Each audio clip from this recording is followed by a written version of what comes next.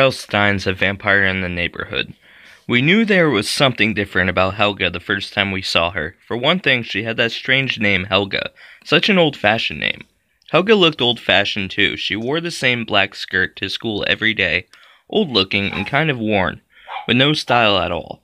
My friend Carrie and I were sitting in the back of Mrs. Wheeling's sixth-grade class the first day Helga came to school. "Check her out, Maddy," Carrie whispered, motioning with her eyes. I turned to the front of the room and stared at the timid-looking girl talking with Mrs. Wheeling. With her tight black ringlets of hair and her pale gray blouse tucked into her black skirt, the girl looked as if she had stepped out of an old movie. "This is Helga Nugenstorm," Mrs. Wheeling announced. "She is new to our school, and I'm sure you will all make her feel at home." Helga lowered her eyes to the floor. Her skin was so pale as if it had never seen the sunlight, and she was wearing lipstick, black lipstick. "She's weird," Carrie whispered. "She's kind of pretty," I replied. "I've never seen anyone who looked like that." Later, Carrie, Yvonne, Joey, and I took our usual table in the lunchroom. The four of us are really good friends. We have been friends for a long, long time. We sit together in the lunchroom every day. "Did you see that new girl?" I asked. The four of us were tossing an apple back and forth across the table to each other. "Isn't she weird?" Carrie asked. Yvonne and Joey nodded. "She's so pale, but she wears that yucky black lipstick," Yvonne said. "Maybe she isn't wearing lipstick," Joey joked. "Maybe those are her lips." "Do you know where she lives?" I asked, catching the apple and tossing it to Joey. "She moved into the Dobson house," Yvonne replied. "I was walking by and saw her moving in." Carrie, Joey, and I gasped in surprise. The apple fell out of Joey's hands and rolled away. The Dobson house stood all by itself on the edge of Culver's woods. The house had been empty forever. "What a creepy old house," Carrie said. "Did you see Helga's parents?" Yvonne shook her head. "No, it was kind of strange. I saw the moving men carrying in all this heavy old furniture, and I saw Helga, but I didn't see any grown-ups." "Weird," Carrie muttered again, her favorite word. I started to say something else, but I glanced up and saw Helga standing awkwardly in the lunchroom doorway. "I'm going to invite her to sit down with us," I announced, jumping up. "Why, Maddy?" Joey asked. "Maybe we can find out more about her," I replied. I hurried over to Helga. "I'm Maddy Simon," I told her. "I'm in your class. Want to sit with me and my friends?" She stared back at me with her pale gray eyes, the strangest eyes I've ever seen. Ghost eyes, I thought. "No, thank you," she replied. Her voice was soft and whispery. "I never eat lunch." "She's a vampire," we decided. The four of us were always searching for vampires. "Helga has to be a vampire," Carrie declared. "She never eats, she looks so old-fashioned, she keeps totally to herself, and she's as pale as death." It was 3 nights later. We were crouched across the road from the old Dobson house, Helga's house. A long, low hedge stretched along the dark street. We hid behind the hedge, huddled together, whispering. We couldn't help ourselves. We had to spy on her. We had to find out the truth. The creepy old house rose up in front of us, pale in the light of the full moon. Behind the house, the trees of Culver's woods shook and shivered in the wind. "Where is Helga?" Yvonne whispered. "This house is totally dark." "She's in there," I replied, my eyes on the black windows. "She's in there in the dark." "Weird," Carrie whispered. "I tried to talk to her in school today," Joey reported, "but she walked right past me. She wears those heavy black shoes, but her footsteps didn't make a sound." "Why would anyone move into this horrible old house?" Carrie asked. "It's so far from town, nothing but woods all around." "For privacy," I replied. "Vampires crave privacy." The others giggled. I thought I saw something move in the window, a gray shadow against the blackness. "Come on, guys," I whispered. "Let's take a closer look." We crept across the road. The silence was eerie. The only sound was the soft, steady whisper of the wind through the trees. The old house seemed to grow darker as we approached it. We pushed through the tall weeds that blanketed the front lawn. Moving silently, we huddled beneath the big front window, pressing ourselves against the damp, moldy shingles. "Give me a boost," I whispered to Joey, "so I can look in the window." "Be careful, Maddy," Carrie warned. "Helga might see you." I ignored her warning. I had to take a look. I was just so curious. Joey and Yvonne helped lift me. I grabbed the stone windowsill with both hands and hoisted myself up just high enough to see in. Then I stared in through the dust-smeared glass into a vast dark living room. A pale square of moonlight poured into the room. I could make out a long couch, wooden and stiff-looking, 2 old-fashioned chairs. I nearly toppled to the ground when I saw Helga. "She's in there," I whispered excitedly to my friends. "I can see her, standing in the dark in front of a tall mirror." "Does she have a reflection?" Joey whispered. "Check it out, Maddy. Does she have a reflection?" I narrowed my eyes, trying to focus on the darkness. Vampires don't have reflections, I knew. Did Helga have a reflection? "It's too dark to see," I told my friends. Helga turned suddenly toward the window. She seemed to be staring right at me. "Let me down, quick," I demanded. I slid to the ground. "Did she see you?" Carrie asked, her dark eyes wide with excitement. "I don't know," I told her. "I hope not." "Why is she there in the dark?" Joey asked. "Did she have a reflection? Was she walking or floating?" Questions I couldn't answer. "We'll come back tomorrow," I said. The four of us met there every night. We hid behind the long hedge and spied on Helga's house.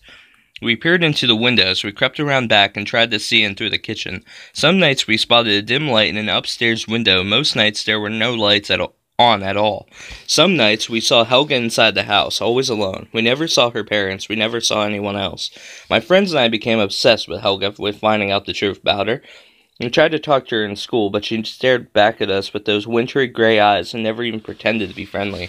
I invited her to come with us to the basketball game in the gym on Friday night, but she said she didn't like basketball. We tried to get invited to her house one day. Joey asked if he could come to her house and copy her history notes. Helga said she wouldn't be home that night. "Then how about tomorrow after school?" Joey insisted. "It's not a good idea," Helga replied mysteriously. She wore the same black skirt every day. She never changed her hairstyle. Her black ringlets hung down around that pale face. One day, on an impulse, I grabbed her hand. We were standing side by side in the hall at school, waiting to get into the auditorium. I couldn't help myself. I reached out and squeezed her hand. I had to know what it felt like. I had to find out if it felt alive. I jerked my hand back in shock, and I felt how cold Helga's hand was. As cold as a winter day, as cold as death. She is a vampire, I decided. She clasped her pale hands together and gazed at me with those frightening gray eyes. "It's so cold in here," she whispered. "Don't you think so, Maddy?" It was the first time she had ever said my name, and it sent a shiver down my back. That night, my friends and I met in front of Helga's house. Once again, pale moonlight washed over us. It was the only light except for a dim orange glow in an upstairs window. Crouching low behind the hedge, we stared up at the window. The shade was pulled, but we could see Helga's silhouette moving back and forth on the window shade. "She's all alone in there," Carrie whispered. "No parents, no one." "She's probably hundreds of years old," I whispered back. "She doesn't look it," Joey joked. We giggled, but our laughter was cut short when the light in the window went off.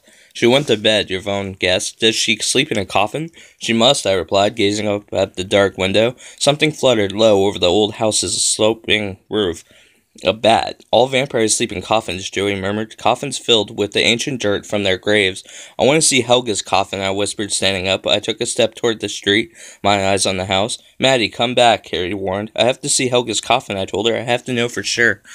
We all wanted to know. That's why we spied on Helga every night. I crept silently across the street and into Helga's front yard. Huddled closely together, the other three followed. A twisted, gnarled old tree tilted up toward Helga's bedroom window. I grabbed a low branch and started to pull myself up. The bark felt cold and rough against my hands. The slender branches shook as if trying to toss me off. I clung tightly to the trunk and reached for a higher branch. Hoisting myself onto it, I peered through the leaves at the house. Helga's bedroom window was still high above me. I glanced down and saw Carrie, Yvonne, and Joey. They had circled the tree and were peering up at me. Even in the darkness, I could see the tense expressions on their faces. Up I climbed, ignoring the scratch of the bark, the trembling of the branches. Slowly, steadily, I pulled myself up until I was high enough to see into the bedroom window. Holding tightly onto the trunk, I turned slowly, lowered my head to see through a tangle of dark leaves, gazed into the window, and saw Helga gazing back at me. Her face gleamed silvery in the wash of moonlight. Her gray eyes glowed evilly as she stared out at me, her ghostly face pressed against the window pane. Too startled to cry out, I started to slip. My hand slid off the trunk and I lurched backwards. No, I thrust out both hands, grabbed the hard trunk, and held on. She saw me. I called down to my friends. Helga saw me. I scrambled down, moving frantically, sliding and scraping down the rough trunk. By the time I reached the ground, my three friends were already running around to the front of the house. "Wait up," I called hoarsely. Too late. The front door swung open. Helga moved quickly out of the door, down the front stoop, across the weed-choked lawn to block our path. "I knew you'd been spying on me," she cried angrily. "You better quit it. I'm warning you." I stopped. Carrie, Yvonne, and Joey stopped, too. We moved together, watching Helga storm toward us. She had her hands balled into tight fists. Her eerie eyes were narrowed at us. Her face twisted in a frightening scowl. My friends and I huddled there in the middle of the dark yard. The trees whispered and shook. The tall weeds swayed all around us. And then the words just burst from my mouth. "Helga, are you a vampire?" I just blurted out the question without even thinking, "Are you a vampire?"